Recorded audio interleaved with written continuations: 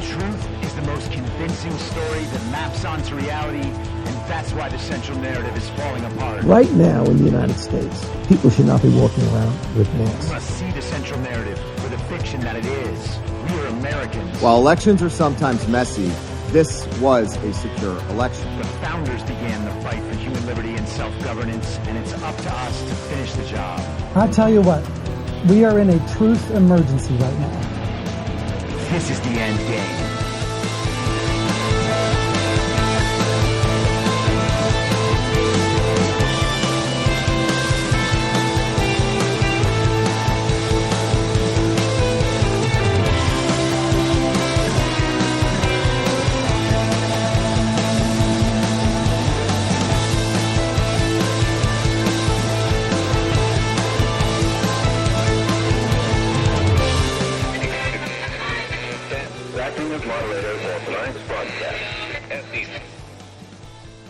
It's Thursday, May 9th, 2024, the 1,205th day of dystopia.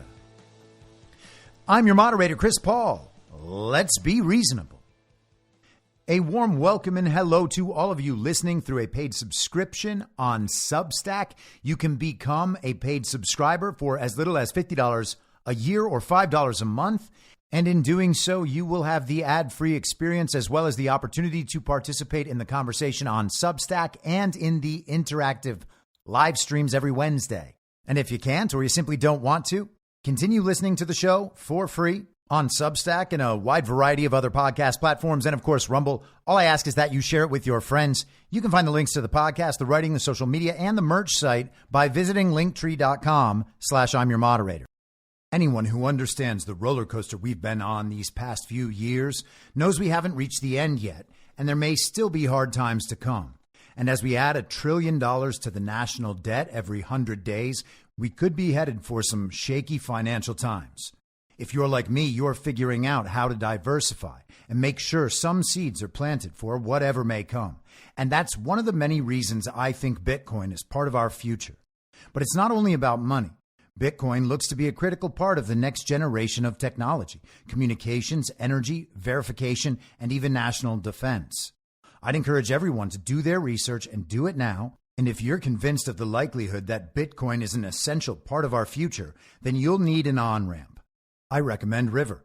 River empowers you to grow your portfolio without any unwanted surprises and eliminates third-party custodians, putting you in control of your assets. Open an account with no minimum purchase requirement. You can get your Bitcoin journey started with just $1. Visit partner.river.com/reasonable to create your River account today. That's partner.river.com/reasonable. Now, I know that many of you out there understand the need to diversify assets, or maybe you're looking to protect your retirement savings, but you're not quite there yet on Bitcoin. And you feel better about precious metals? I get that too. I think going in multiple directions is wise, and I do that myself. And when it comes to buying precious metals, you want to be working with a good company. And that's why I've partnered with Goldco. Goldco is a 6-time Inc. 5000 winner, 2022 Company of the Year, and they've helped people like you and me place over $2 billion in gold and silver. And I have gotten silver from Goldco. And right now they're offering my supporters up to $10,000 in bonus silver while supplies last. Don't pass this offer up. Go to reasonablegold.com now. This is your opportunity to protect you and your family from an out-of-control government before it's too late. So don't wait a second longer. Take action today.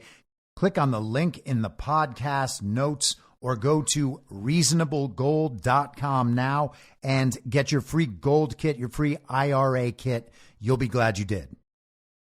All right, so let's get started with the ongoing push and pull over Mike Johnson's speakership.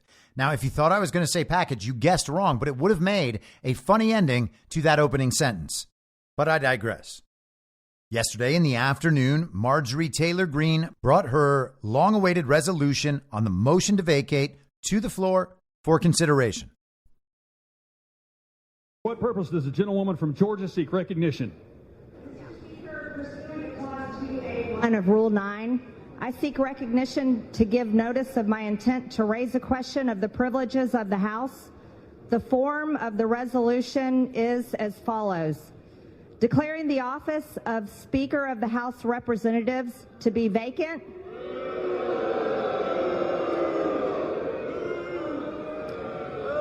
This is the uniparty for the American people watching.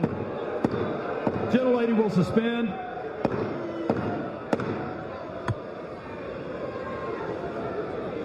Order. Order. And of course, as you all know, the uniparty is a conspiracy theory. The audible reaction of the members of the House should tell you how the vote went.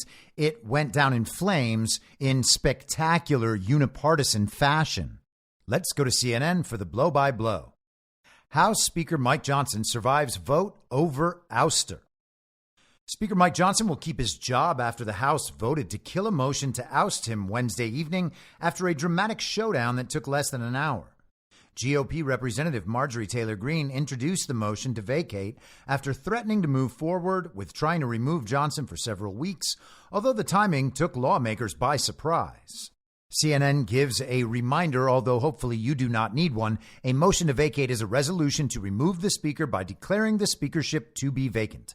It was a rarely used procedure until former Speaker Kevin McCarthy's removal in October.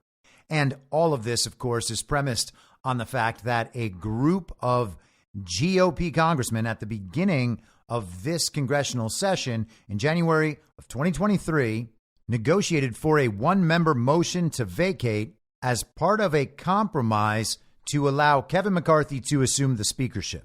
The Uniparty hates the one-member motion to vacate because the Uniparty needs their people in place and a stable system in which to operate. But here's CNN laying out how it unfolded. Greene introduced the motion around 5:15 Eastern, and even though House leadership had 2 days to respond to Greene's motion, lawmakers voted to table it right away. So that basically means they killed it before it could come up for a vote. A surprise. House Republicans were caught off guard by Greene's decision to trigger her motion to vacate. Multiple Republican sources told CNN.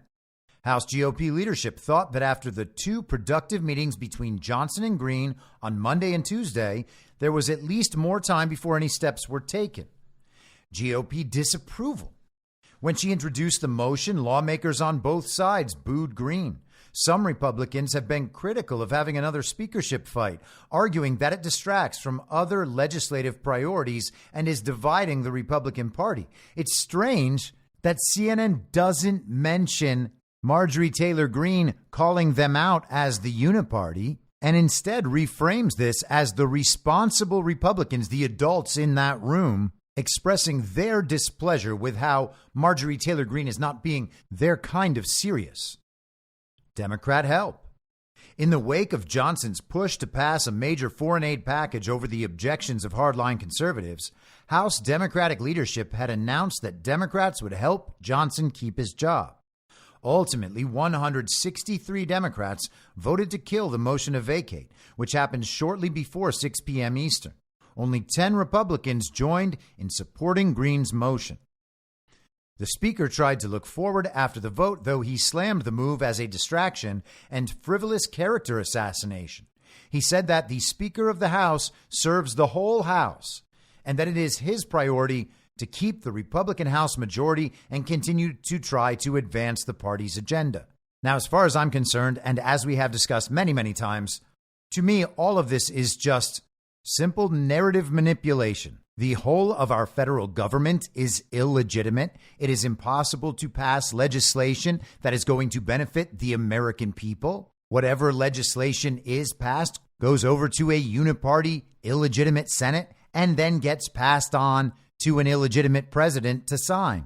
None of this means anything in reality, but it does drive news coverage. News coverage drives people's understanding of the process, their understanding of what has been done to them and what has been done in their name. And all of this is part of that awakening. It is all necessary from a narrative perspective, but it's all pointless and mostly irrelevant Back here in Reality Prime, everything we see the Congress doing should be thought of in the way we discuss these investigative committees led by the GOP House. The investigation into the CCP, the investigation into the weaponization of the federal government, the investigations into Joe Biden, the impeachment investigations.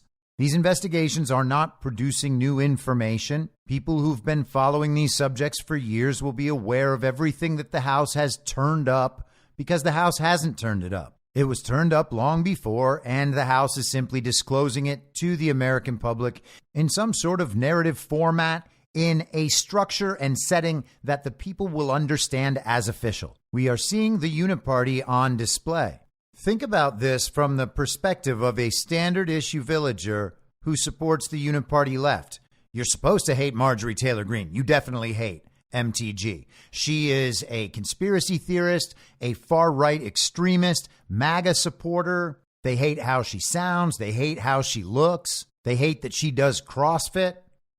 They don't like Mike Johnson. Mike Johnson is an extreme Christian conservative. He's a hard right MAGA Republican. And sure, he gave Ukraine and Israel money, but they're starting to second guess that too. Regardless, what they don't want is for MTG and those MAGA Republicans to win. But then again, Mike Johnson also, he really, really opposes abortion. So you can't have him win. What do? Do they want chaos in the GOP? Of course they do. Maybe with all that chaos, they'll get Hakeem Jeffries as speaker. Hey, it's possible. But wait now, MTG's up there talking and everyone in the room is booing? And she says, hey, that's the uniparty? How do you take that as a standard issue villager on the uniparty left?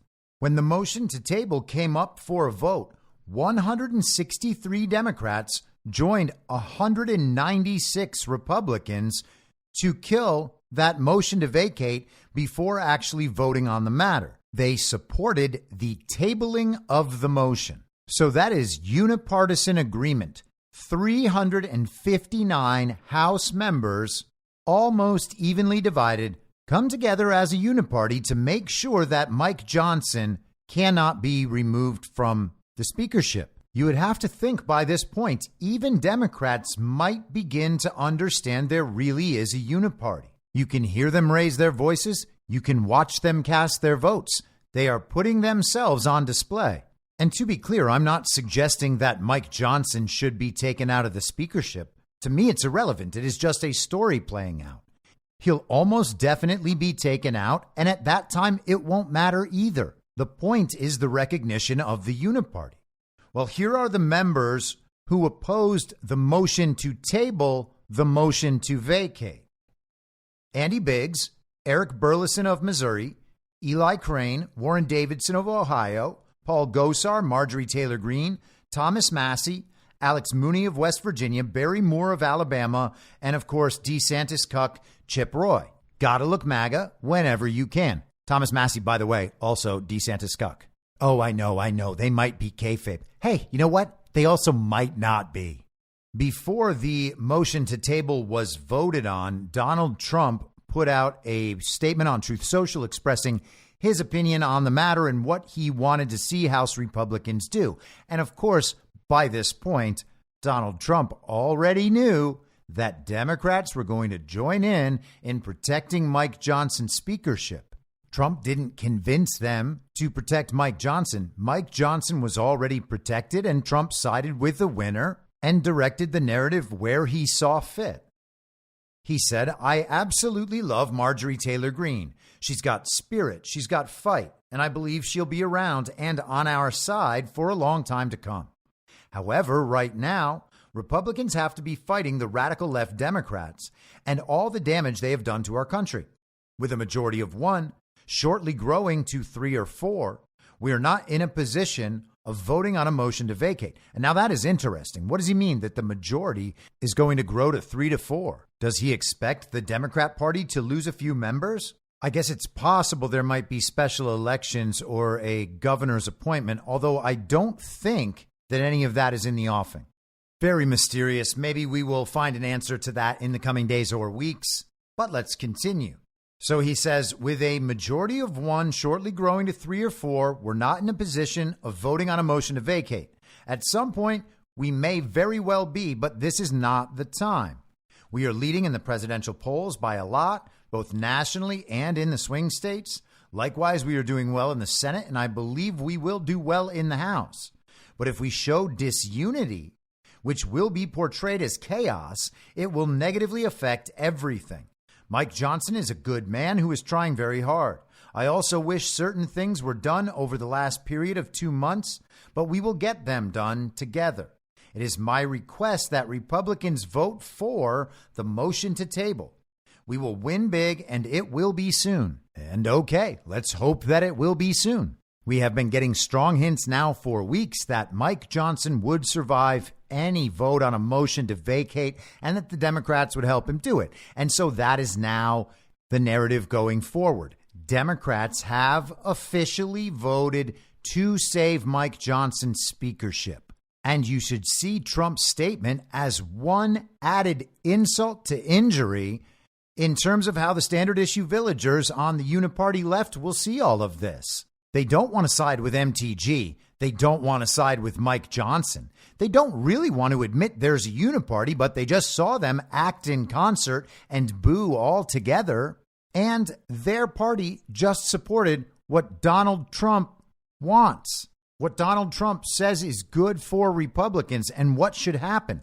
Now is not the time. So what do we ultimately have? A warning shot to Mike Johnson, some Republican action against Mike Johnson. We now have evidence of the truth, in quotes, of the narrative of Mike Johnson being protected by the Democrats, part of the uniparty.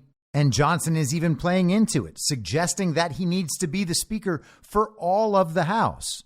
And there is actually an important way in which that's true if we can break out of this two-party controlled opposition dynamic. If you think about a world that could be emerging in the future in this country of representatives who don't represent any party, they just represent what the people of their districts want, then the speaker would be the speaker of the whole House. And it actually wouldn't be weird to see the speaker elected speaker by the whole House. We wouldn't have the controlled opposition dynamic, which means we wouldn't have the two-party system pretending to fight each other while actually being the same party.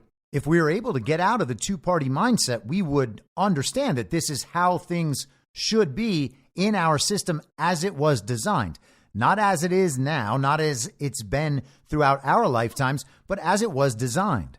Republicans in Congress aren't going to accomplish something on behalf of the American people.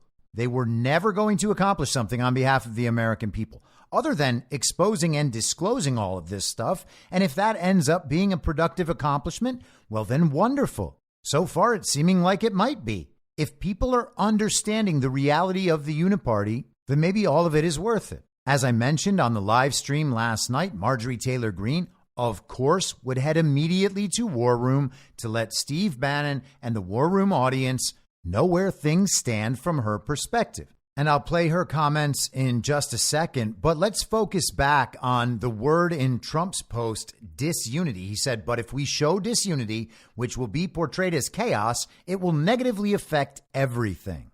And that's interesting because during the cold open on War Room, one of the clips that Bannon or someone on his team chose to play before the show was Stephanie Ruhle on MSNBC talking to former Congressman Ken Buck, one of the people who voted to kick Kevin McCarthy out of his role as Speaker, but who since has left Congress and has for the most part been anti-Trump.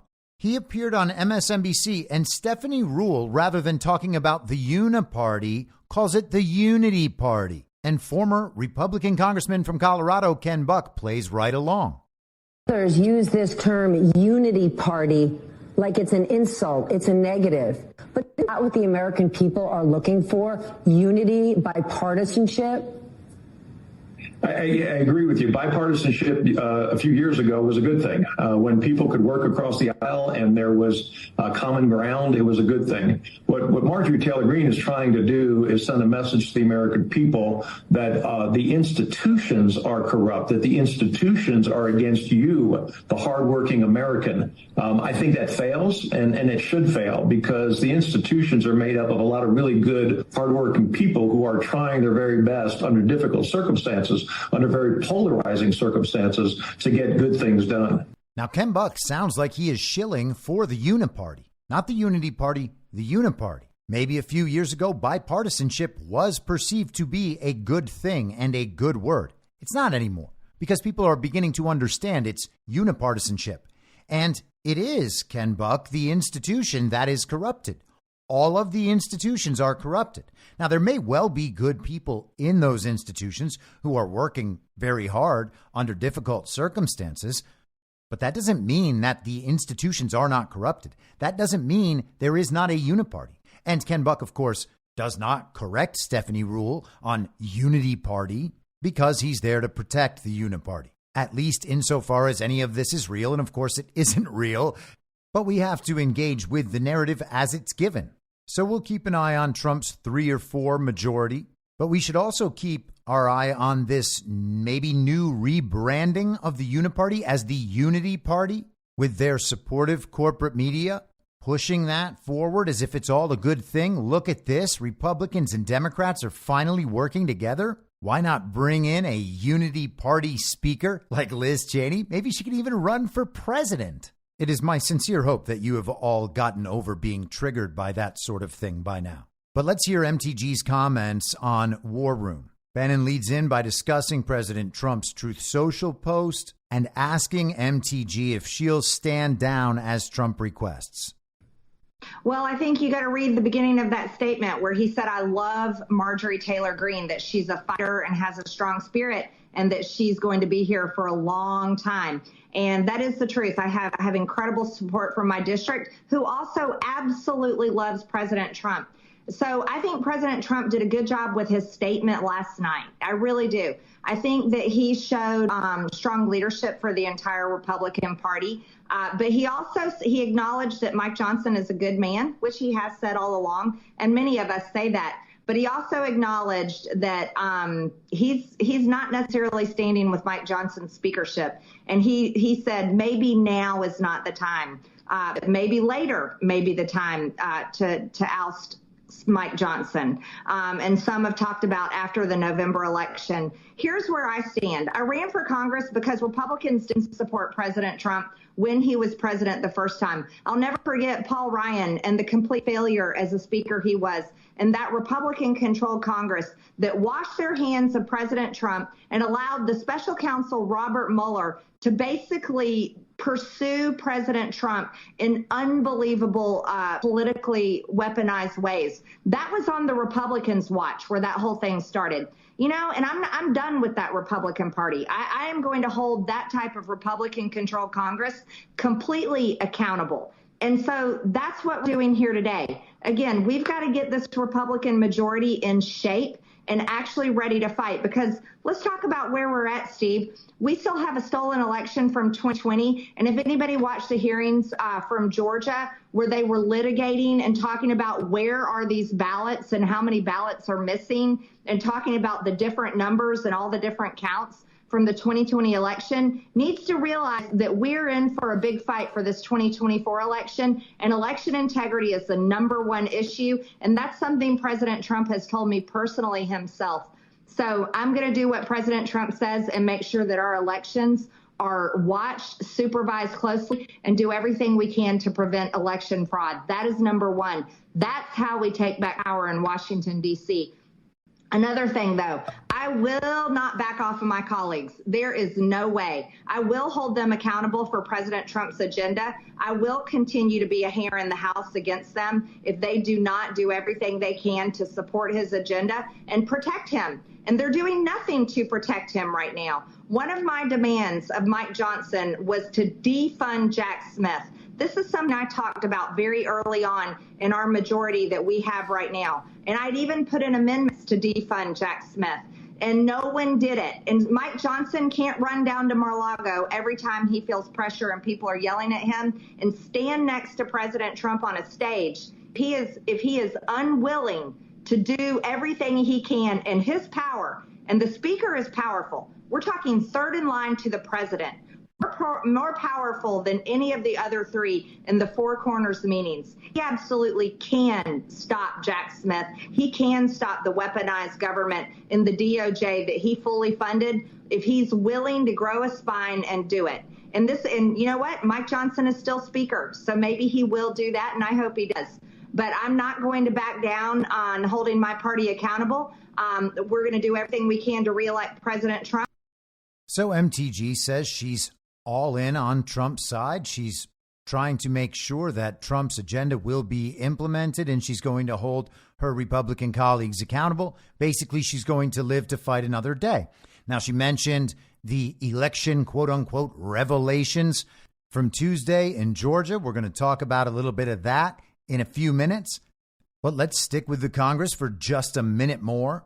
In addition to the vote on the motion to table, the motion to vacate, Representative James Comer from Kentucky posted this yesterday on X, formerly Twitter. The House just passed legislation that adds a simple citizenship question to the census questionnaire to ensure accurate information and provides that only citizens are counted for apportionment of seats in the House of Representatives and Electoral College votes. So that passed through the House. Is it going to pass through the Senate? No. Is the illegitimate president going to then sign it? No. But will the narrative be productive? Yes. And how will it be productive? Well, standard issue villagers out there on the uniparty right and the uniparty left don't understand that illegal aliens are counted in the census. And when they are counted in the census, they count as part of the population in whatever state it is they reside. And those state populations that include potentially millions of illegal aliens are used in determining how many congressional seats a state gets and how many electoral college votes a state gets.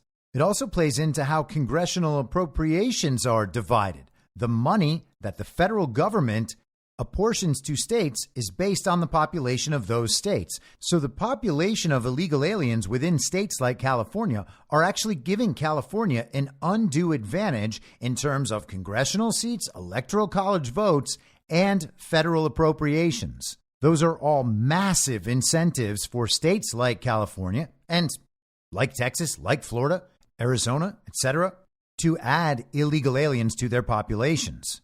Donald Trump already spearheaded this issue during his first term as president, and we've discussed that at various times before. Maybe we'll do a deep dive on it someday. It would be great if we got one more rerun after this so that the issue can finally draw the national attention it deserves, but this is a good quick reminder along the way, and there are probably some people who are just beginning to wake up who might finally understand what something like this means and the incentive it provides to states to bring in illegal aliens.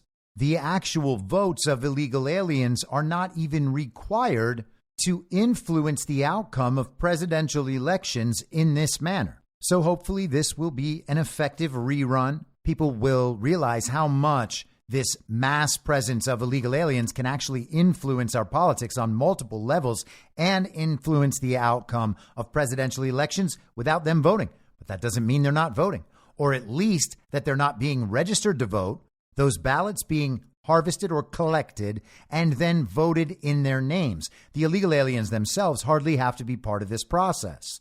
We discussed a couple weeks ago, and Marjorie Taylor Greene actually mentioned it in her comments, that Mike Johnson went down to Mar-a-Lago to stand with Donald Trump and have a mini press conference and announce that this action in the House would be coming, attempting to bar illegal aliens from voting. Now, people are told that's just not possible, that it doesn't happen. And a lot of that is based on studies that will count the number of cases around the country that have been filed going after instances of illegal aliens voting. And because secretaries of state around the country and people who are involved with our elections have told themselves they're simply following the law when conducting totally fraudulent and uncertifiable elections, using the raw number of how many reports of illegal aliens voting have been filed is obviously a simple obfuscation. Now, I've talked at length about what it is Tucker Carlson is doing with his info op, whether all of this is to wake up the normies or if he is just delaying the truth from coming out in front of the American public for months or years. And with that in mind, we have another extraordinarily well-timed interview drop, this one with Catherine Engelbrecht of True the Vote, who explains how it is that illegal aliens end up voting. Foreigners will choose your leaders. You're not allowed to choose the leaders of foreign countries, but foreigners will choose your leaders, including in this election, this 2024 presidential election. Well, how would that work? It's illegal, you say, for illegal aliens to vote in a federal election. Well, actually, it's not illegal, it turns out. Congress passed something in the U.S. code, the federal code, a line that, unbeknownst to the rest of us, makes it legal for illegal aliens to vote in federal elections if they believe they are citizens. It's a state of mind. Did you know that? We didn't know that. Most people didn't know that. Catherine Engelbrecht just found this provision in the U.S. code. That's the kind of thing she reads because she's the founder of True the Vote and has been working on these issues for a few years now. And she joins us to explain what she's found. Catherine Engelbrecht, thank you so much for coming on. Oh, thanks for having me. So would you mind explaining what seems at first blush a very far-fetched idea that the U.S. code, as of right now, as of our speaking, would allow illegal aliens to vote in the upcoming presidential election? How would that work? Yeah, well, True the Vote, the organization I founded some years ago, has been long involved in looking at the accuracy of the voter rolls. And we've long maintained that inaccurate voter rolls lead to inaccurate elections. So with that as a backdrop, we've been very concerned about the lack of availability to determine citizenship status, not just by groups like ours, but by states themselves. They can't get close enough to a citizenship status database to make good determinations. That then led me to look a little deeper because, as you rightly lay out, there's a motivation here. So what might that be? We've seen many, many videos of people coming across the border who are talking about their excitement about voting for Joe Biden and claiming that they are citizens. But yet, we hear debates in Congress where the congressman will say, don't worry, non-citizens can't vote. It's a crime of perjury. It's a felony. So, okay, we took a deep look at the criminal code. And Title 18 left us just gobsmacked. Because when you read all the way through it, as it lists all of the stipulations against non-citizen voting in federal elections and lays out the penalties therefore, scroll all the way down to the fine print. And what you read is that non-citizens can vote without penalty if at the time they are voting, they believe themselves to be U.S. citizens. Well, I mean, that seems insane. I mean, I'm taking your word for it. I'm not a lawyer or an expert in the federal code. But is there any other crime? Like if I can show that I didn't know I was robbing a liquor store, I had a gun in my hand, I was demanding money, but I didn't really think it was robbery, does that shield me from being prosecuted for robbing a liquor store? No, certainly not. But I will say that this state of mind idea is something that we've come up against in the past related to domicile. As we've done reviews of the voter rolls and you see people that are registered, but they're registered to vacant lots, they're registered to fast food restaurants, and the press you get back from the state as well. But, residency is a state of mind. This takes that to an entirely different level. And I'll tell you what I'm really concerned about, Tucker, is that when we lived through 2020 and we saw the landscape change, lawlessness take hold, we watched on the sidelines and said, surely this can't be what it looks like is happening. Surely this move to the mass mail of ballots and unmonitored drop boxes and third-party election workers that have no proper training to support all of the ebbs and flows of process, surely this can't be what's about to play out. And then when it did, you're left with scant few days to try to pick up the pieces and prove what really happened. I'm seeing this now play out in 2024 on this issue, much the same. And so it's my hope that we can awaken Americans to this problem and demand accountability before November so that we can decide if citizenship is truly a state of mind. So can I just ask about the law itself, the code that you're referring to? Do you think that suggests that the foreigner, because the proposition here is that we're allowing foreigners to choose our leaders, which is insane, of course. But is the law written in such a way that foreigner will not be punished for voting in our elections, but will that vote still count? Is that clear? Well, it's a great question, but the ballots are anonymous. So once that ballot has been cast, either by mail and it's been separated from the envelope with which it's carried to the central count, so you can't tell who voted if that's been separated, the envelope from the ballot, and certainly by machine, you can't tell. So no, there's no way to pull this back. It's why it is critical that we get on the front side of this and have a very national discussion about the tracks we're heading down. Now, again, in all of this discussion, it's important to keep in mind that the problem being described is not an illegal alien coming to America, filling out a voter application as though he's a citizen, then showing up, voting, casting a vote, having that vote counted. It's that illegal aliens will be taken to the DMV to give them driver's licenses.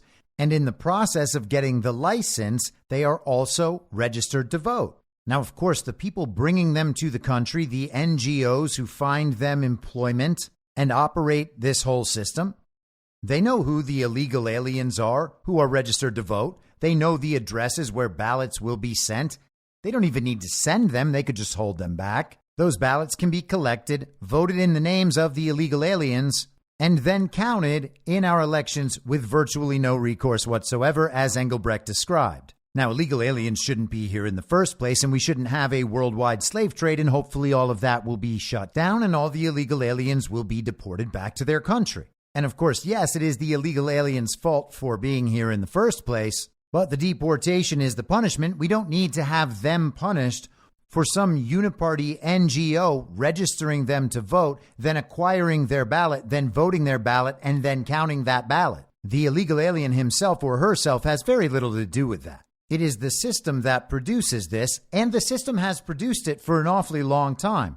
My friend Burning Bright and I, on our show on Badlands Media every Tuesday night, Badlands Story Hour, we covered Martin Scorsese's Gangs of New York. I discussed this a bit on the podcast yesterday, but one of the numerous issues covered, sort of revealed in that movie, is the influence of immigrant votes, even back in the Civil War era. Boat after boat of Irish immigrants arriving in New York, all of them immediately gaining citizenship and then voting in the elections. This is nothing new. These migration programs are specifically designed to bring impoverished laborers to our country so that they can be exploited for their low-cost labor and their political power. And so the bill that Trump and Mike Johnson announced a few weeks ago is intended to help solve this problem as soon as the fake president, Joe Biden, signs it. This is from the Washington Examiner yesterday. Speaker Johnson unveils election bill to ban non-citizens from voting. Johnson, along with Chip Roy and other GOP lawmakers, introduced the Safeguard American Voter Eligibility Act on Wednesday, seeking to amend the National Voter Registration Act of 1993 to require individuals to provide proof of citizenship before registering to vote. The bill comes after the speaker joined Trump in Mar-a-Lago last month to voice concerns about election integrity ahead of the November election.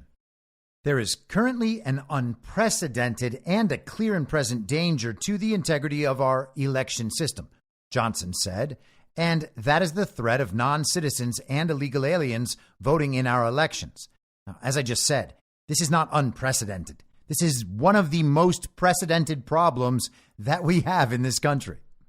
Johnson expressed concerns that, quote, potentially hundreds of thousands of votes, end quote, will be cast in November by illegal immigrants, claiming they do not need to prove their citizenship before casting a ballot under current law. And again, it's not the illegal aliens doing that. It's the organizations that are registering them, collecting their ballots, and casting and counting their votes in the first place. Federal law requires voter registration forms to compel voters to swear under penalty of perjury that they are citizens of the United States. Additionally, individuals must provide proof of a driver's license or social security number in order for election officials to verify their identity in U.S. databases. However, some Republicans have lamented the law does not go far enough to require additional scrutiny on whether individuals are eligible to vote. Now, beyond any of this, as we've discussed many times, there are places, mostly cities around the country, that are considering measures to allow illegal aliens to vote in municipal elections. So we know there are massive incentives from an electoral point of view to have illegal aliens in the country and in the states to be part of the census count. We know obviously there's incredible incentive to count votes of illegal aliens on behalf of whatever uniparty candidate needs them. We know there's a process by which that can happen. We know there's processes that facilitate it and make it easier. And we know there's virtually no penalty for getting caught in the instance that they actually could get caught. And of course, part of the process is making sure that they can't get caught. Now, pretending for a moment that this would really become law, something like this could actually matter. not for the effect of potentially barring illegal aliens from voting or punishing them if they register anyway, but more targeting the organizations that are registering illegal aliens and adding them to the voter rolls. This, of course, would include the DMV, that is probably the main hub of illegal alien voter registrations because they do automatic motor voter registration when illegal aliens sign up for the driver's licenses that they're somehow able to have. It would be good if there was some disincentive for these organizations to register thousands upon thousands, potentially millions of illegal aliens to vote. Now, I know we're all supposed to be very, very upset at Mike Johnson, but let's go ahead and listen to him for a couple of minutes as he announces the SAVE Act. We are here this morning for a very important reason, as you all know, because there is currently an unprecedented and a clear and present danger to the integrity of our election system. And that is the threat of non-citizens and illegal aliens voting in our elections.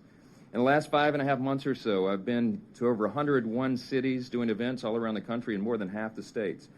The first or second question that I am asked in every public forum is about election security. Americans are deeply concerned about this, and it doesn't matter where you live and whether you're in a blue state or a red state, everyone's concerned. And due to the wide open border that the Biden administration has refused to close, in fact, that they engineered to open, we now have so many non-citizens in the country that if only 1 out of 100 of those voted, they would cast hundreds of thousands of votes. And since our elections are so razor thin in these days that we're in, and just a few precincts in a few states decide the makeup of Congress and who is elected to the White House, this is a dangerously high number, and it is a great concern to millions and millions of Americans. It could obviously change the outcome of our elections, and this is not an empty threat or concern. I'll let my colleague Chip Roy here in a moment get into the specifics of the SAVE Act, but I want to address why we need this legislation. Some have noted that it's already a crime for non-citizens to vote in a federal election, and that is true. But here are 4 things that are also true. Number 1, it's true that no current mechanism to ensure only those registering or voting are actually citizens. There's no mechanism that exists to make sure that's correct. If a nefarious actor wants to intervene in our elections, all they have to do is check a box on a form and sign their name. That's it. That's all that's required. And there's a very small chance that illegal would get caught, because here's the other thing. Our states do not have the election infrastructure in place to confirm what they've said. Number 2, it's true that Joe Biden has welcomed millions and millions of illegal aliens. We think I believe the number is close to probably, at this point, 16 million illegals who have come into this country since Joe Biden walked into the Oval Office. And that includes sophisticated criminal syndicates and agents of adversarial governments here in our borders and even on humanitarian parole. And that means the millions that have been paroled can simply go to their local welfare office or the DMV and register to vote there.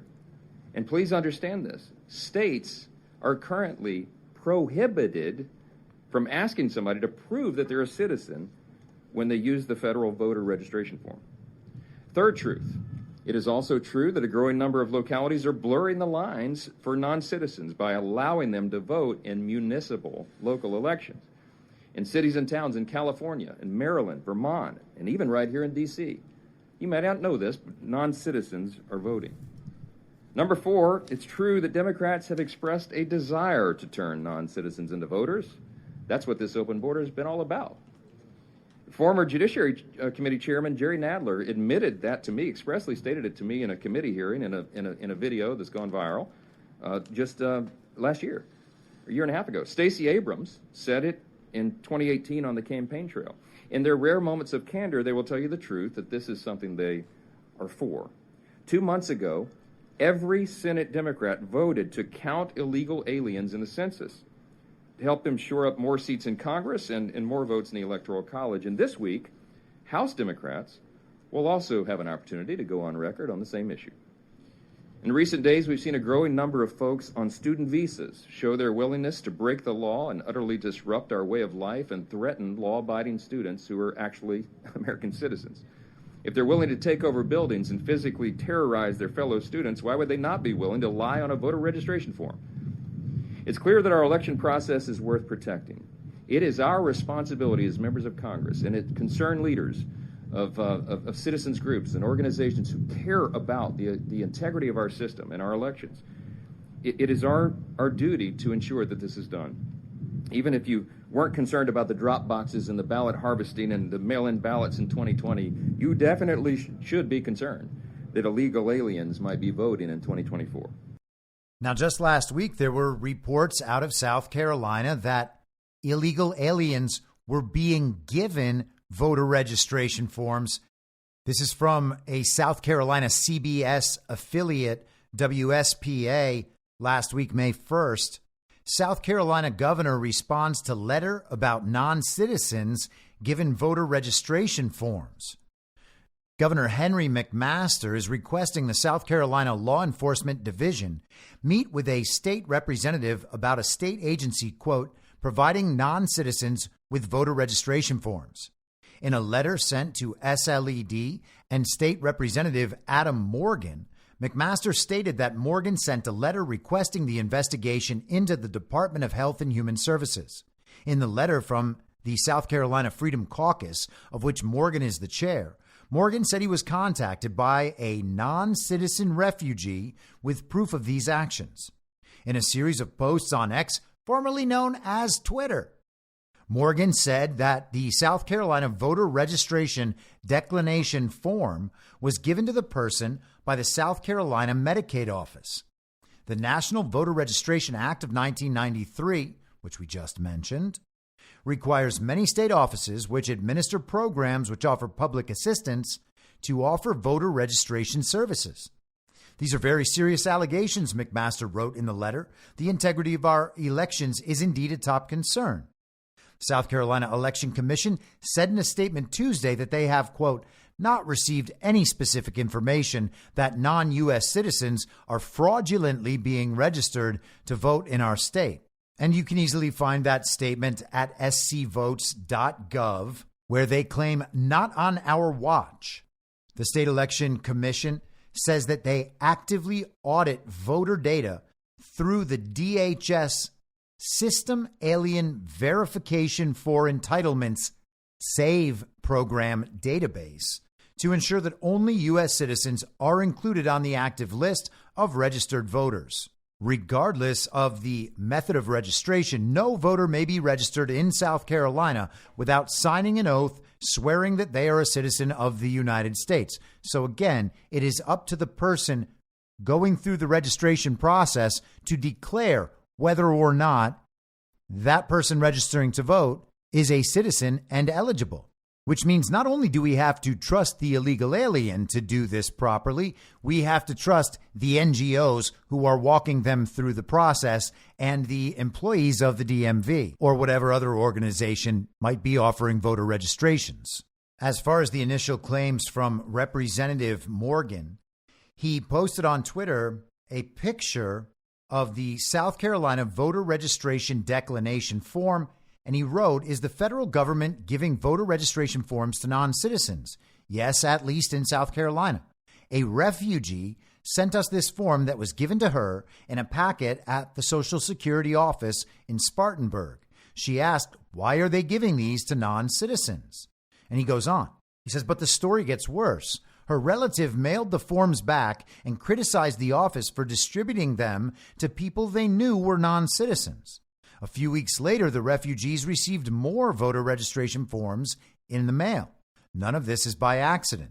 Morgan writes, update, after calling the agencies and all parties involved, it appears the form was given by the state government, the Medicaid office. The refugee confused the offices. We are set to pass a bill prohibiting non-citizens from voting in South Carolina elections. Stop this nonsense in your state. And yes, it should be stopped everywhere. Bahizzi on Telegram noted that the bottom of this form actually says every vote matters, every vote counts, which is ironic when they're sending that to illegal aliens.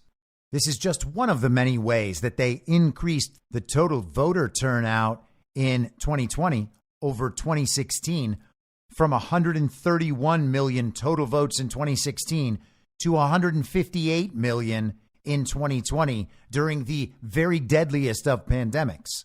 But let's move from South Carolina to its neighbor just north. This is from Tuesday in the Federalist. More than 200,000 people on North Carolina voter rolls are missing ID numbers. North Carolina voter data lists more than 224,000 people with registration dates after January 2004 whose records are missing both the last 4 digits of their social security number and a driver's license identification number, according to public records obtained by the Federalist.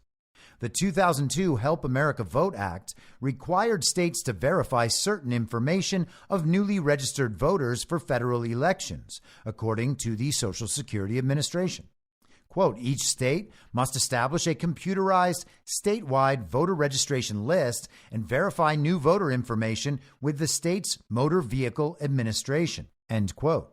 These requirements went into effect on January 1st, 2004. States must verify the would-be voter's driver's license number against the MVA database. But if an individual lacks a driver's license, then states must use the last 4 digits of his social security number, name, and date of birth. Notably, verifying a registrant's social security number or driver's license does not necessarily confirm his citizenship, since foreign nationals can obtain either. The system is meant to ensure prospective voters are eligible, yet in North Carolina, hundreds of thousands of registrations made it into the system without this verifying information, according to allegations from election integrity activists. We now have hundreds of thousands of ineligible, duplicate, deceased, and non-citizen registrants bloating our voter lists, the breeding ground for election fraud. North Carolina Election Integrity Team President Jim Womack said in a statement to the Federalist. The article goes on to describe the process and the history, gives you all the details. By all means, check it out. But let's move to Wisconsin. This is from NBC News on Monday. Milwaukee removes election chief in unexpected battleground state shakeup. The top elections official in Milwaukee County was removed from her post Monday in an unexpected shakeup in the most populous county in battleground Wisconsin, 6 months before Election Day. A spokesperson for Milwaukee Mayor Cavalier Johnson said Monday that Milwaukee Election Commission Executive Director Claire Woodall would be replaced by her deputy Paulina Gutierrez, citing internal issues within the commission. The Milwaukee Journal-Sentinel first reported the news of Woodall's ouster. In a statement, Johnson spokesperson Jeff Fleming said that the move was not related to how Woodall or her office oversaw elections, but that it was a result of, quote, other issues internal to the Election Commission office and to city government that raised concern, end quote. Fleming did not elaborate on the nature of the issues when asked. Gutierrez's appointment is subject to approval by the Milwaukee Common Council. The unexpected move comes just under 6 months from a presidential election likely to be decided by a small handful of states, including Wisconsin.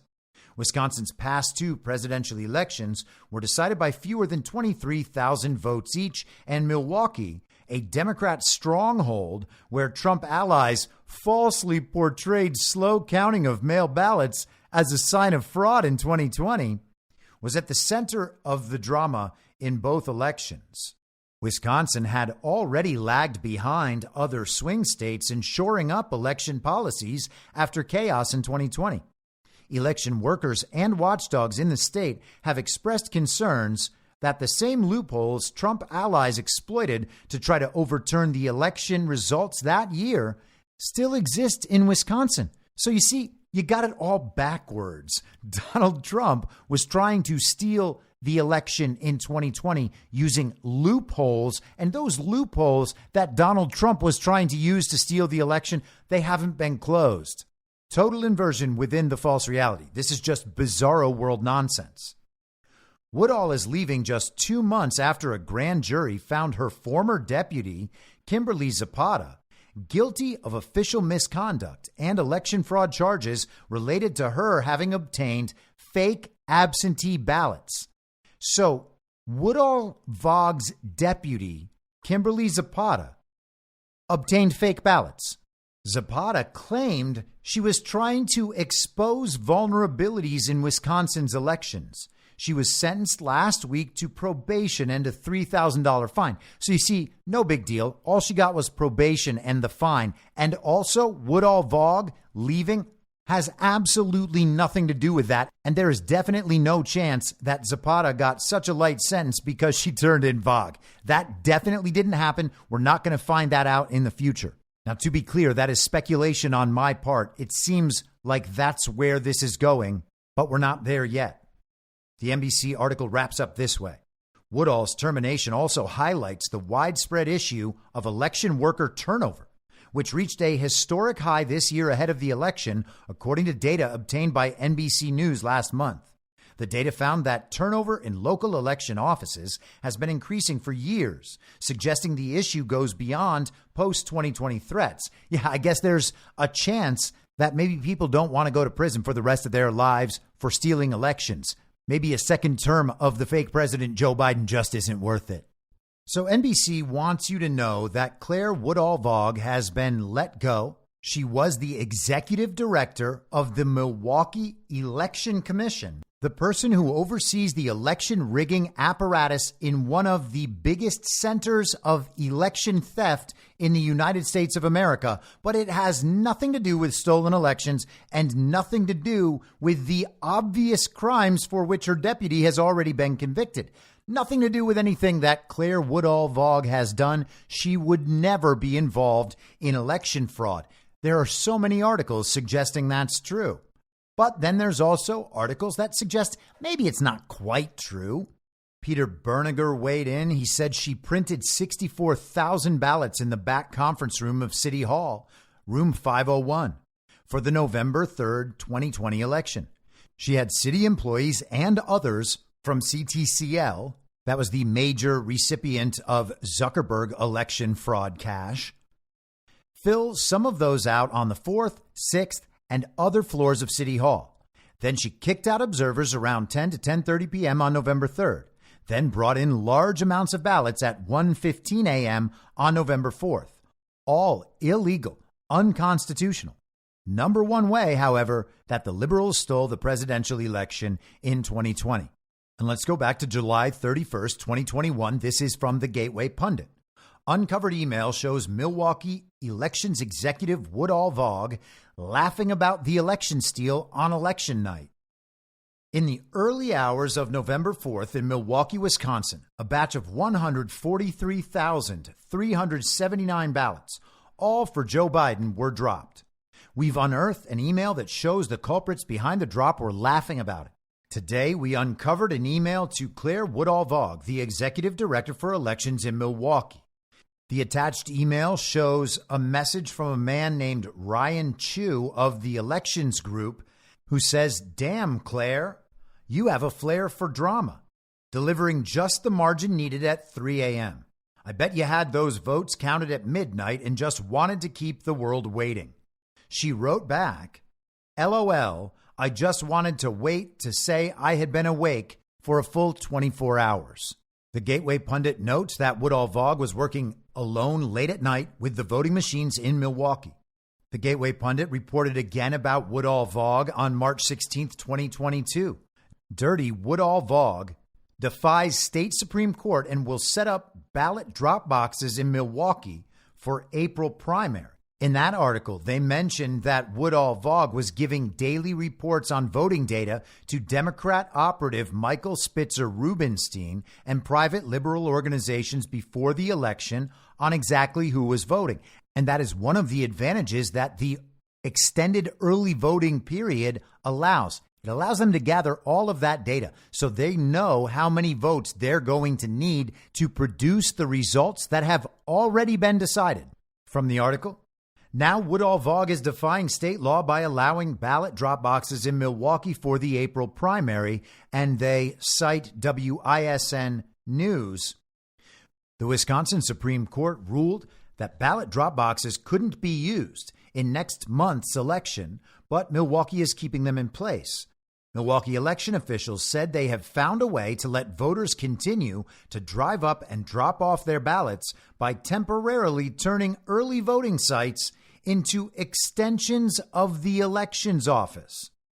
Absentee voters won't be able to use 24-hour ballot drop boxes for the April 5th election after the Wisconsin Supreme Court upheld a Waukesha judge's ruling last month banning them.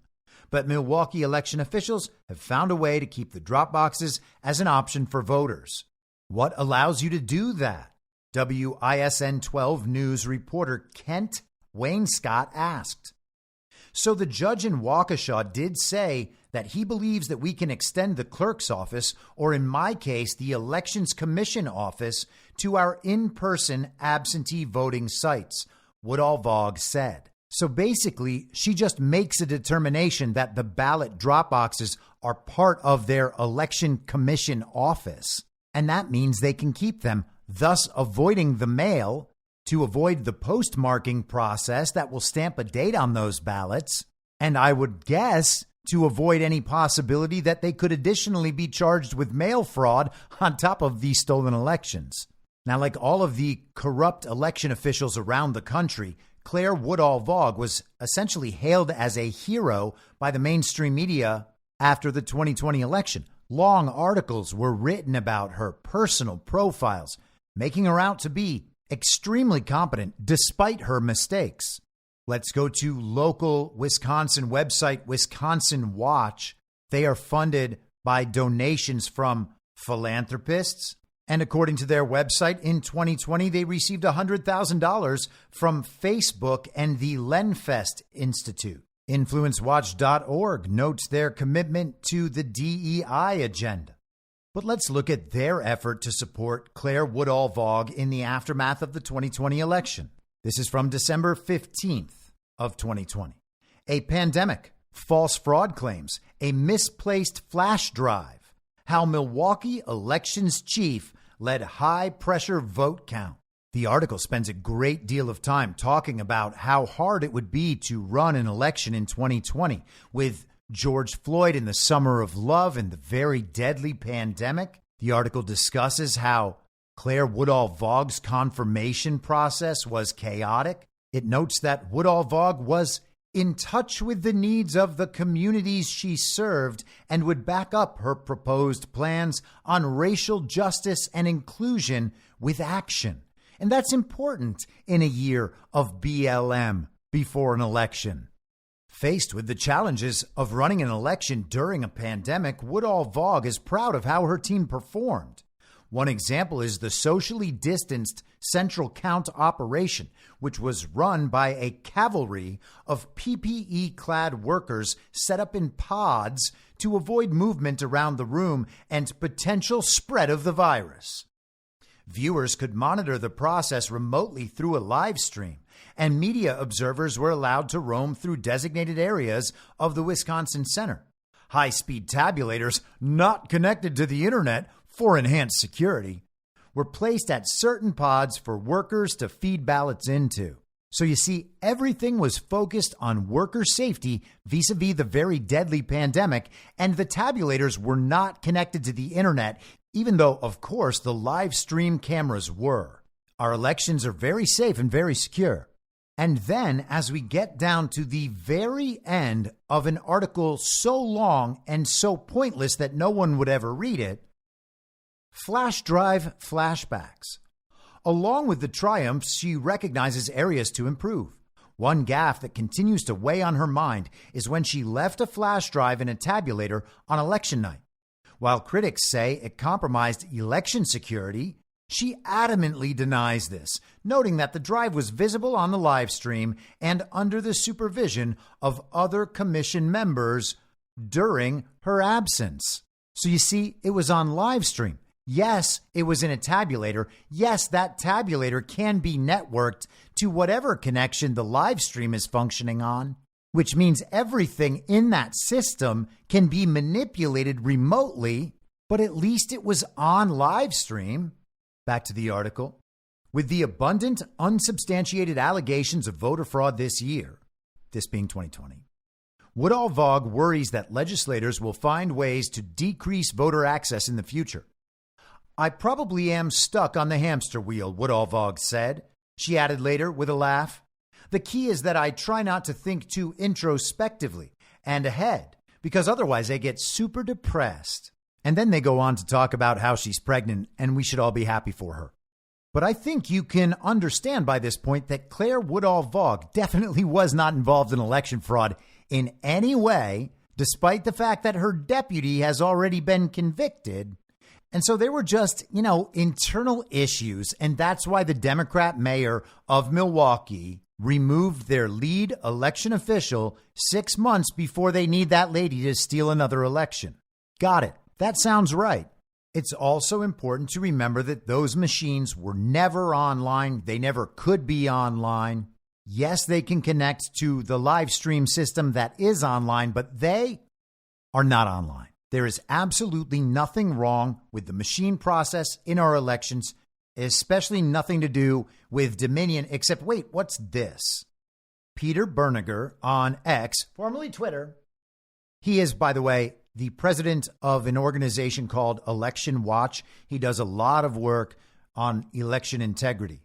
He posted a new letter from Barry County, Michigan Sheriff Dar Leaf, who writes to Jim Jordan. The letter is dated May 6th. That's Monday. Dear Congressman Jordan, please be advised that the Barry County Sheriff's Office has had an open investigation for several years related to election law violations.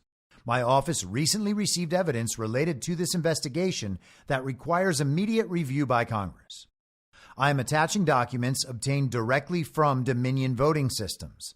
These Dominion documents demonstrate Dominion CEO John Poulos directed staff to conceal that Dominion has Serbian and Chinese employees operating out of its Canadian office, and that these employees are directly involved in the U.S. elections, not only with programming, but with real-time administrative remote access. Not only was access granted to the U.S. election equipment in real time during the election, but detected by the U.S. government through Albert sensors and was subverted by the use of quote-unquote soft phones. This warrants investigation by Congress for a number of reasons.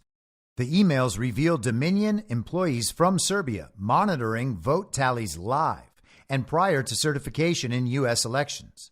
Not only are they monitoring the vote tallies live, but they have remote access to U.S. election equipment. This further demonstrates numerous violations, including but not limited to perjury before Congress, NIST requirements, CISA requirements, DISA requirements, and breach of the Dominion contract in many jurisdictions. Moreover, Dominion does not comply and provide transparency when requested by the U.S. government. Ian Piper of Dominion stated on November 13th, 2020, that the EAC was overstepping their bounds by asking for malfunction reports for all configurations, regardless of whether they are EAC certified system configurations or not. And the EAC is the Elections Assistance Commission. And this corresponds, of course, to a pattern of Dominion being wholly unwilling to allow any examination. Back to the letter. This concerning statement demonstrates that Congress needs to identify why the EAC has so little information and oversight over a vendor performing a governmental function. And Congress needs to obtain all malfunction reports, whether or not the equipment was certified. As it stands, the U.S. is gearing up for a federal election this fall, and there is no oversight of past quote-unquote malfunctions or how these malfunctions were allegedly fixed for future elections. And it's hard to know exactly where the whole Dar Leaf thing is headed, but the man seems to be consistently moving forward in pressing his case. Hopefully that evidence is making it into hands beyond those in the ridiculous cast of characters we call a Congress. And let's stick at least partly with Michigan. This is from Monday, May 6th, Washington Examiner. DNC calls on Nevada and Michigan judges to throw out voter integrity lawsuits. On behalf of President Joe Biden's re-election campaign, the DNC filed 3 amicus briefs regarding lawsuits filed by the RNC in the 2 battleground states. The DNC said the quote-unquote dangerous and quote-unquote flawed lawsuits are just attempts by former President Donald Trump and the RNC to erode the public's confidence in election integrity come November. You see, it's just all a big smoke screen. There's nothing to actually be worried about. We already have been told many times that our elections are the safest and most secure elections in the world. The two lawsuits suggest the number of active voters in key counties in those states are, quote, suspiciously high, end quote, and are calling on election officials to cancel voter registrations. In addition, the DNC is asking the court to dismiss a challenge from Republicans regarding the guidance that Michigan's Secretary of State gave to local election clerks to verify signatures on ballots. The DNC's amicus brief in Michigan, responding to the voter roll lawsuit, said Republicans filed several lawsuits in the state seeking to invalidate election results after Trump lost the 2020 presidential election. This case fits that dangerous pattern of unsubstantiated election-related claims which serve only to undermine public confidence in the electoral process, the brief noted about the RNC's lawsuit. In reality, the greatest threat to public confidence in the integrity of our elections is not fraud or voter roll maintenance, but unfounded attacks on our elections themselves. Election integrity is suffering because Donald Trump says mean things about it, not because our elections produce wholly unbelievable results, like Joe Biden receiving 81 million real lawful American votes with absolutely no transparency involved in the process at all. And when anyone tries to actually verify that any of these votes exist, they are not allowed to look. We are just supposed to have faith in our elections, you see, because they tell us that our elections are good. And I guess we might as well have faith in those people too, even though we don't know them or anything about them. In Nevada, the DNC's brief also said the RNC's lawsuit is, quote, designed less to address any real, much less substantial, issue with Nevada's voter registration lists than to sow public distrust in the security and integrity of our election systems. So again, total conspiracy theory. Why would anyone worry about all the millions and millions of ineligible and or inactive voters on voter rolls all around the country? We shouldn't even hear what evidence they might have to support their claims. These cases should just be dismissed because they only exist to destroy voters' faith in our elections. Of course, that's a ridiculous argument, but these sorts of lawsuits always begin with various motions to dismiss. This lawsuit is not meant to protect the integrity of upcoming elections, but instead to provide the RNC with ammunition to undermine the general elections results, the brief read. Indeed, former President Trump is already asserting interference with the 2024 general election months before a single vote has been cast or counted. And that's probably just because of all the political persecutions and the threats of censorship, which we'll get to in just a second. But the list goes on and on and on. Anyone who believes in the integrity of our elections anywhere, for any office or for any ballot measure, is a fool. Another lawsuit in Nevada targets the state's 2021 mail-in voting law. The lawsuit aims to block the counting of any ballots received after Election Day. The RNC lawsuit claims that counting ballots received after Election Day, quote, dilutes honest votes, unquote, and, quote, disproportionately harms GOP candidates and voters since Democrats are more likely to vote by mail than Republicans. So far, the RNC is pursuing more than 80 election-related lawsuits. Now, hopefully, some of these decisions go the RNC's direction, but in some sense, it really doesn't matter. They're not going to follow the law, no matter what the law is. They're going to try to achieve whatever result they want and then battle in the courts to make those results stick. There is no reason to assume any different. Now, if they get the mail-in balloting, for instance, eliminated completely, or some case comes up to get the machines thrown out completely, then I don't rule out the possibility of having something that approaches a legitimate election. I would love to see that, but I kind of doubt it.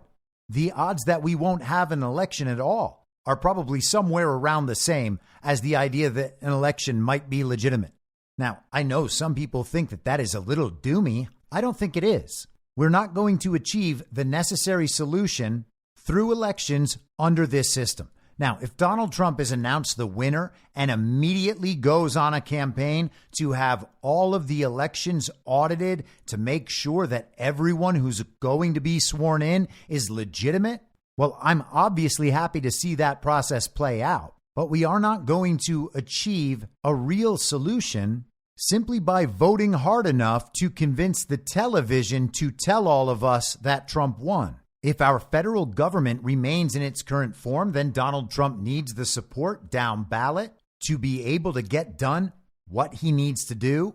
And all of us need to know that our state and local representatives are legitimate when they are playing major roles in determining, in some sense, how we go about our lives day to day.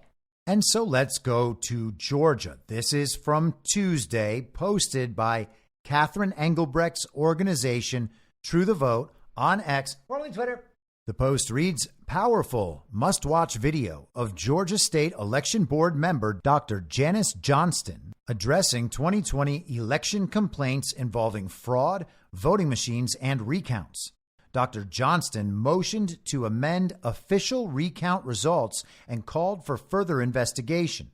To no great surprise, her motion didn't pass, but let the record reflect she spoke truth. Kudos, Dr. Johnston. You are on the right side of history. And here is the exchange attached to that tweet. This video did a good job of making the rounds on Tuesday. The facts tell the story that a county's negligent conduct of an election and reveals the reality of how difficult it is to have one's grievances addressed in a timely manner, if at all. But this complaint, especially coupled with the full hand count audit complaint by the same complainants, suggests election conduct that is unacceptable. And the state election board should address each complaint and then consider the appropriate action. First, the problem with election day count and the failure to properly secure, protect, and document the safety and authenticity of the votes from 10 advanced voting locations is appalling. Record keeping is abysmal. Proper documentation to ensure the public that votes or ballot boxes have not been tampered with is shamefully poor.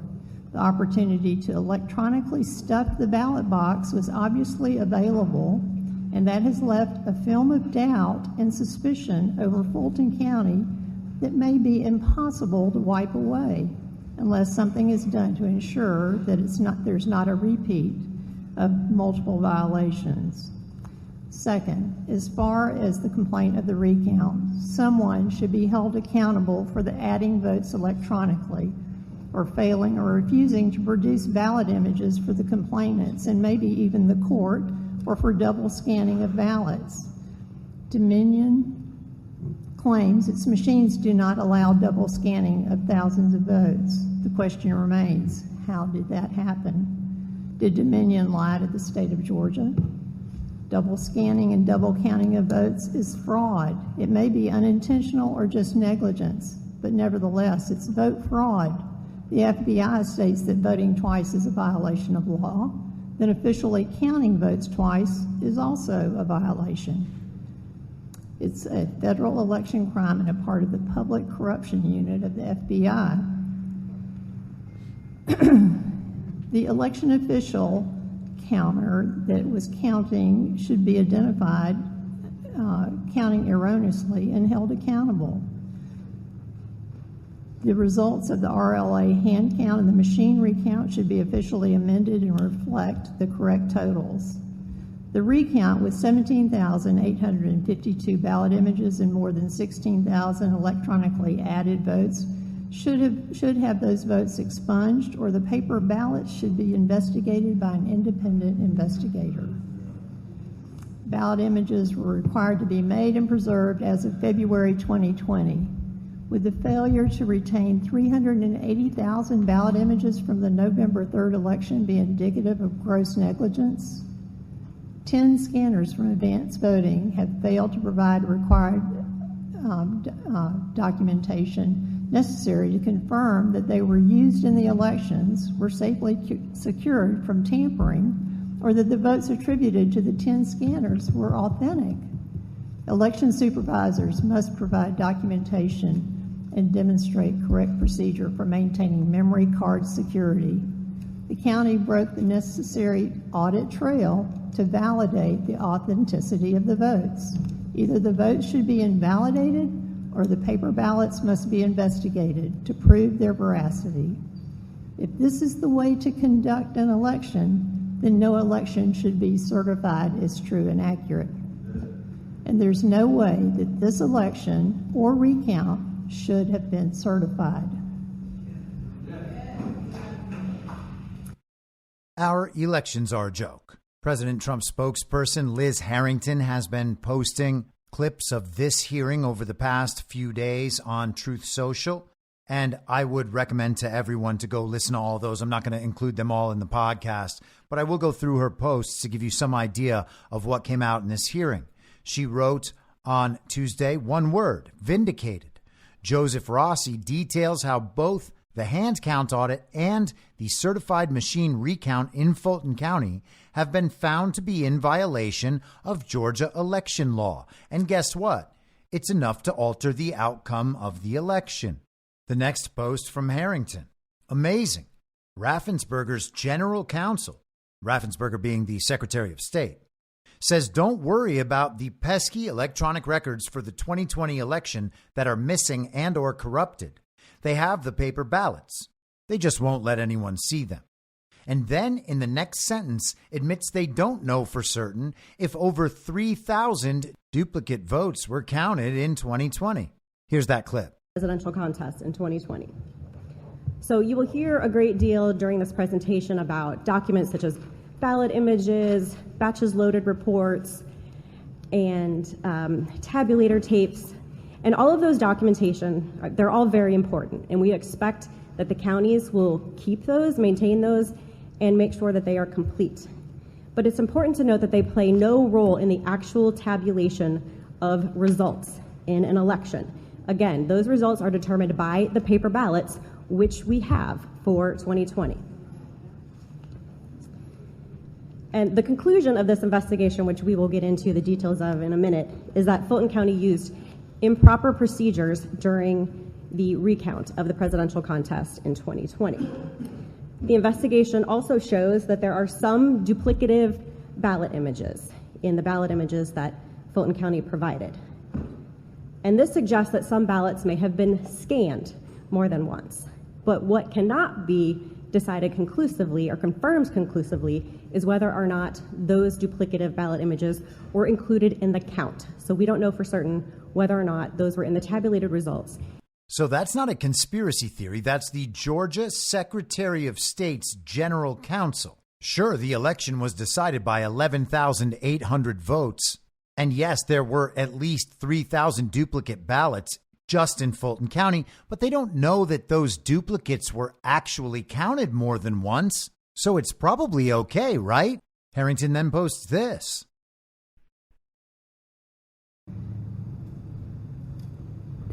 Does the investigation confirm that there are missing ballot images? Yes. Yes. Do you know why 380,761 ballot images from Election Day machine count are not available? We subpoenaed Fulton County for all of their ballot images. We received approximately 518,000 ballot images. From Election Day? Those are for the recount. Those are from the recount, but we have no ballot images for 380,761 ballots from Election Day, correct? What was subpoenaed was the ballot images for the recount because that's what this case was about, not the Election Day. Does Fulton County know why there are not 380,761 ballot images from Election Day? As with the investigators, we have not been apprised of this allegation. This is the first I'm hearing about it. I have no idea what the basis of that allegation is, and so would have to. Now, that probably got pretty difficult to hear at the end there. That was a woman in a different part of the room who stood up to answer that question and did not have a microphone. Harrington wrote in her post, "Case closed. No cover-up operation can conceal the fact that Fulton County did not have the votes it claimed it had. The recount could not replicate the original results. Oh, and it's news to Fulton County that they are missing over 300,000 ballot images." In her next post, she attaches a 5-minute long video, so by all means, go check that out on Truth Social if you want to hear it. But she writes, "Let's look at the paper ballots. The Secretary of State's office responds no." Harrington, in her analysis, writes, "You can't say your proof is in the paper ballots and then not show anyone the paper ballots, especially when there is no electronic proof." And she's talking about .sha files here for hundreds of thousands of votes. And again, this is in a state that we are told Joe Biden won. Her next clip is on the longer side as well. She writes, "Incredible. The Georgia Secretary of State found duplicate ballot images but can't say if they were included. If the proof is in the ballots, why not check the ballots? Probably because the hand audit had at least 4,081 false Biden votes, which have never been removed from the count." And this was her final post. She put this up yesterday. There's 3 counts and there's 3 different numbers, and I would think that the third count, the machine count 2, which is the third count, coming right off of the hand count that took those very same ballots and ran them through the big ICC fast scanners, should have come up with the same number. And it did not come up with the same number. So the counts don't agree. 1, 2, and 3, they don't agree. For the investigator, do you agree that every vote should have a ballot image?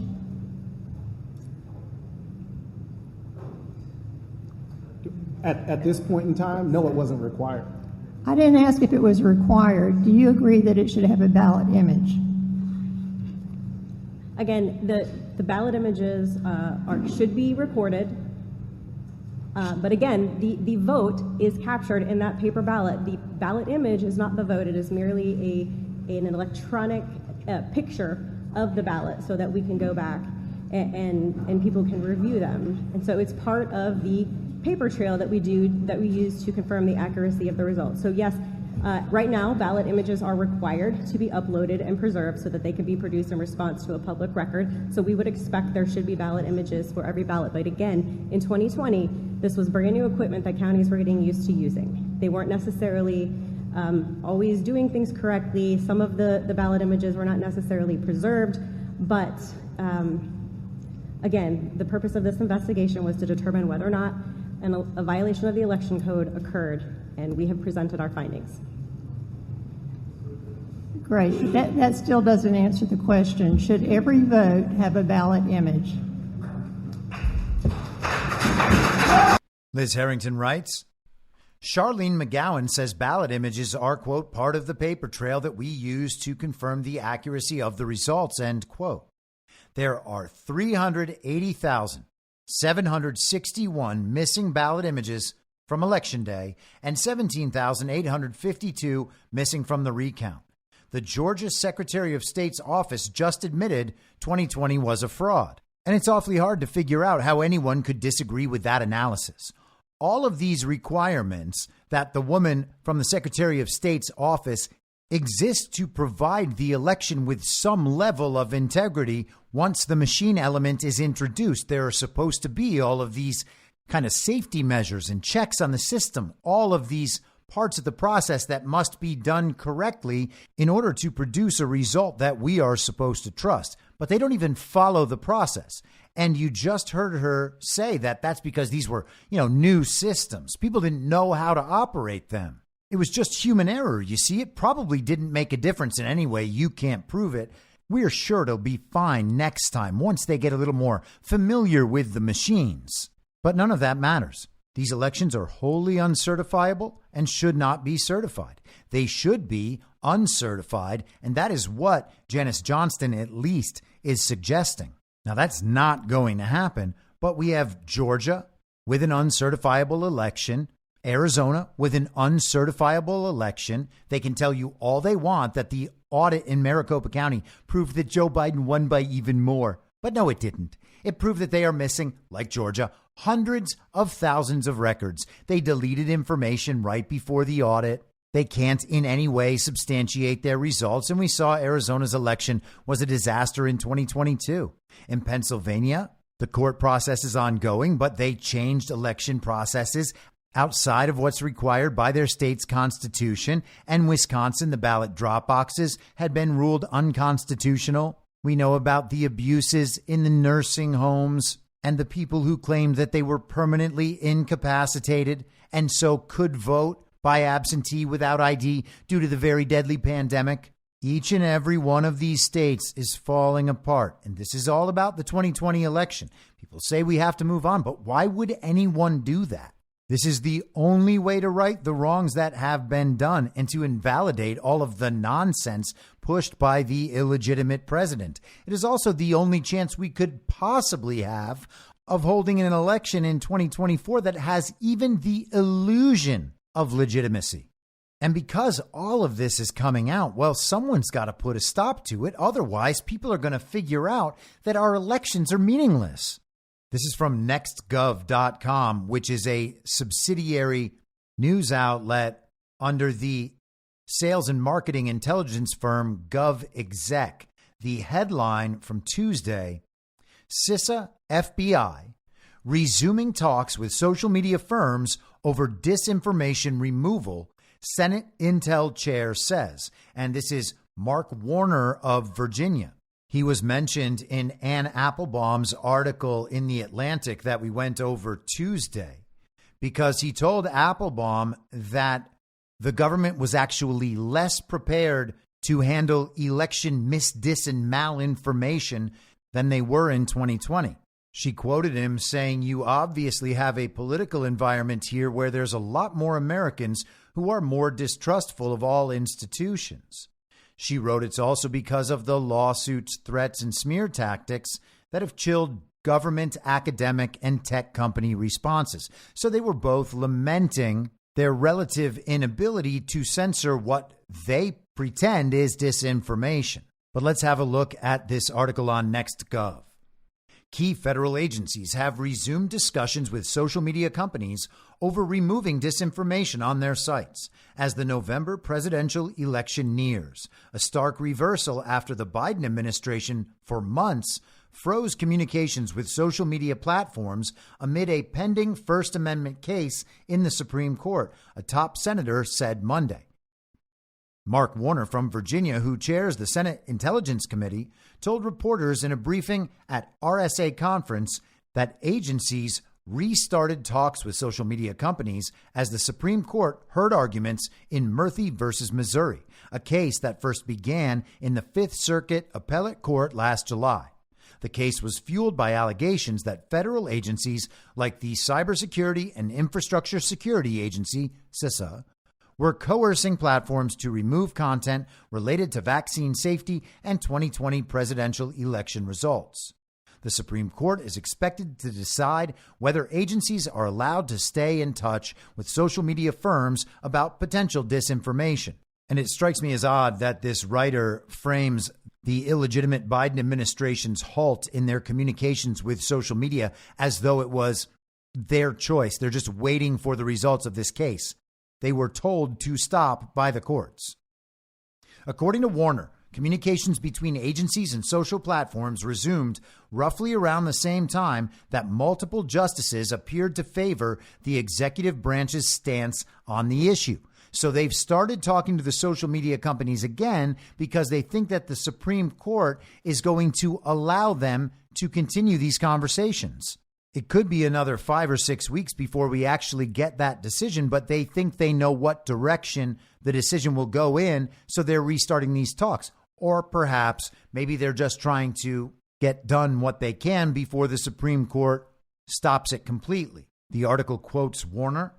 There seemed to be a lot of sympathy that the government ought to have at least voluntary communications with the companies, he said, adding that in the event of election interference attempts akin to Russia in 2016, the Biden administration should more forcefully call out nation-state entities that attempt to meddle in the U.S. election process. Warner said his committee will convene a hearing on election security in 2 weeks. The panel was supposed to hold the session with CISA Director Jen Easterly and DNI Avril Haines last month, but it was postponed amid GOP attempts to impeach Homeland Security Secretary Alejandro Mayorkas. For around 6 months, agencies chilled their communications with social firms about election security and other disinformation flashpoints. Warner previously said that White House lawyers had been, quote unquote, too timid in their legal interpretation of the case, especially given that the High Court allowed the Biden administration to temporarily continue their talks until a ruling was made. Officials fear that a loss of faith in electoral systems at home could lead to a repeat of the widespread voter fraud claims that occurred during the 2020 presidential election, which ended in the January 6th attack on the U.S. Capitol. On the domestic front, content moderator staff reductions at social media companies have also been deemed a major risk to election integrity, and election workers worry they will face threats of violence from voters who don't accept the polling results. Additionally, artificial intelligence tools have already been used to augment election disruption efforts around the world. If the bad guy started to launch AI-driven tools that would threaten election officials in key communities, that clearly falls into the foreign interference category, said Warner. Though it may not necessarily take a formal definition of misinformation and may be deemed a, quote, whole other vector of attack, he added. Foreign adversaries have been found deploying fake social media personas that have engaged with or provoked real-life users in an attempt to assess U.S. domestic issues and learn what political themes divide voters. Now, I don't know how anyone could stop that or anyone would even pretend that that should be stopped. They are going to request tools that will allow them to censor pretty much anything, it sounds like, and that will be the cover story, that what they're trying to do is stop foreign actors from influencing American voters.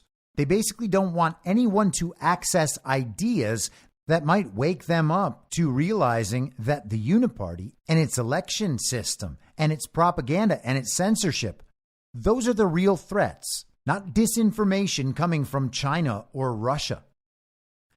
The U.S. has been putting its foot down in diplomacy talks on election interference, telling major economic adversaries like China not to intervene in election processes come November.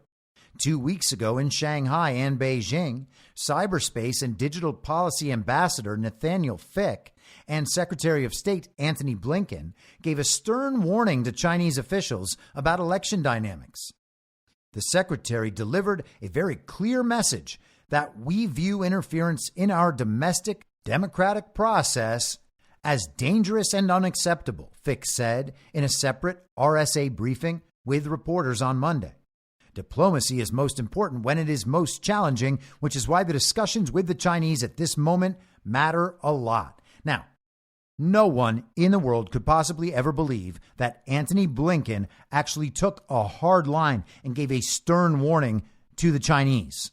Joe Biden's illegitimate administration is not respected by anyone around the world, most definitely not by the Chinese or the Russians or any of those countries, clearly not under the full control of the global regime. But the threats have to be blamed on someone because they need to justify the use of the tools. They're not going to use the tools to prevent Chinese disinformation from reaching us. They're going to use them to make sure that Americans can't communicate and can't discover the truth about these subjects. It's not like what's coming out in the courts is going to start getting better for them. It's just going to keep getting worse. Because again, just like in Congress, this isn't about the discovery of this information. This information has been out there in public for years. This is about the disclosure of this information so the public understands it's all real. It's presented in public forums and it's undeniable. Everyone could have known this at the end of 2020 if it weren't for the censorship and the propaganda and the constant distractions and the false flag events, most particularly the very violent insurrection. But at this point, this is a deluge. All of this seems pretty intentionally directed at the full exposure of just how rigged our election systems are. But this shouldn't bum you out. This is part of the process. This had to happen. It is a good thing this is happening. Forget about the November 2024 election for now. It's 6 months away. The country is moving quickly in our direction. That's not going to stop. It's not going to turn around. It will only strengthen and quicken as people discover that there is no doubt whatsoever Joe Biden did not receive 81 million real, lawful American votes. I'll be back tomorrow at the same reasonable time on the same reasonable podcast network. I don't have a network. Masks and lockdowns don't work. They lied to you about a pandemic. And Joe Biden will never be president. In my mind, that's the end game. If you're listening to this episode for free, you can support me and support the show and the work I do by signing up for a paid subscription at imyourmoderator.substack.com. You can do so for as low as $50 a year or $5 a month. Comes out to under $0.25 per episode, and you'll blast right through the paywall for all of the writing. The merch store is www.cancelcouture.com, and you can find everything else by heading to Linktree, linktree.com/I'm your moderator. And I'll see you soon out on the range.